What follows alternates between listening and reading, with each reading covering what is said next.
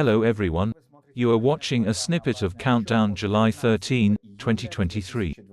Today is Thursday. See the full version on Patreon. And thanks to everyone who is becoming our patrons right now. And I'm moving on to the main topic. The NATO summit ended in Vilnius. And not everyone liked the results. Despite outward smiles and handshakes, the summit was hot. The atmosphere sparkled with the severity and ambiguity of decisions, beyond which a horizon of grave consequences could be seen.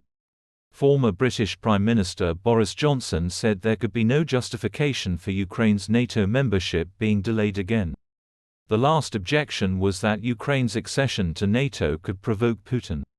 Well, we have already seen what happens when Ukraine is not in NATO. This provokes the worst war in Europe in 80 years, Johnson said. The day before, Zelensky's harsh rhetoric, hinting that Western partners had deceived Ukraine into joining the alliance, was met with no approval, with the words that the Ukrainian president was going too far. First, there is a basic rule. A country that is right now at war with another state cannot be accepted into NATO. Secondly, it is necessary to meet certain standards. Let's face it, Ukraine is not Finland or Sweden. And then the entry of the latter is far from smooth.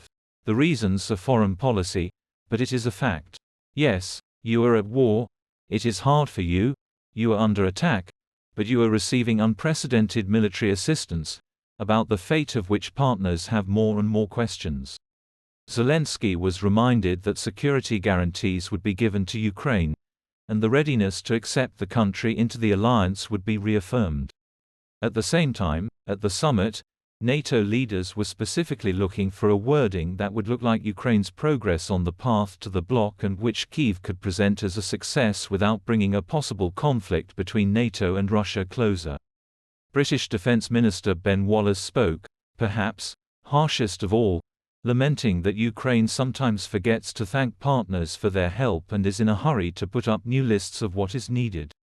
We are not Amazon, Wallace tartly remarked, hinting that this is voluntary assistance, and not a process of buying and selling in a store, and even more so that the delivered weapons and equipment cannot be resold. Zelensky's meeting with Biden, although outwardly it looked soft and friendly, had a lot of pitfalls with subtext. After the meeting, while talking to reporters, Biden acknowledged that Ukraine would not be able to join NATO before the end of the war, but noted that Western countries had found another mechanism to ensure its security. Zelensky now understands one thing: the issue of NATO membership does not matter, since he has our promises, Biden said, and compared this mechanism to how we deal with Israel. Speaking at the final press conference after the NATO summit, President Zelensky acknowledged that, the moment the war ends, Ukraine will definitely be invited to NATO. I have not heard any other opinions here, he added. And once again he emphasized that the territories of Ukraine, captured by the aggressor, cannot be the subject of bargaining for peace in principle.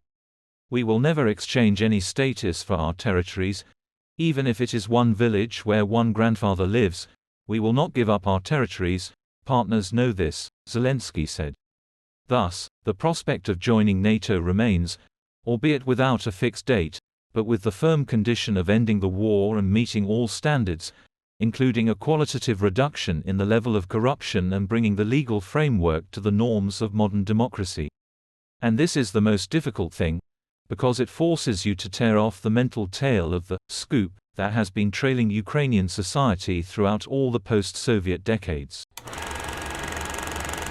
See this and other stories in full on Patreon. Become our patrons now and look further in this program. The new agreements of Ukraine on the supply of weapons have become the reason for another nuclear hysteria from Moscow. The head of the Russian Foreign Ministry, Lavrov, said that Russia views the future transfer of F-16 fighter jets to Ukraine as a nuclear threat from the West. Negative selection continues among the Russia's generals. On the eve of the head of the General Staff Gerasimov got rid of another commander, Major General Ivan Popov, who dared to express everything that was boiling at the meeting. And the very process of disobedience to the military authorities has already received the name Prigozhin. The split between the cave warriors deepens. Where has the stability gone? Just yesterday, The ruble confidently defeated the enemy's money. And it looks like he won. The cave was left without currency. The net inflow of foreign currency on the current account of the balance of payments in April to June 2023 year-on-year collapsed by 14 times, or by 93%. The tax authorities will now write off money from the accounts of the magnatics themselves. If earlier the taxpayer himself had to transfer money through a website or a bank, now everything happens automatically. Comfortable, angry, technological. The state needs money, and it will be torn off the skreposhas along with their skins. And that is all. See the full version on Patreon. And thanks to everyone who is becoming our patrons right now. I hugged everyone. I'll meet you tomorrow on Friday Live.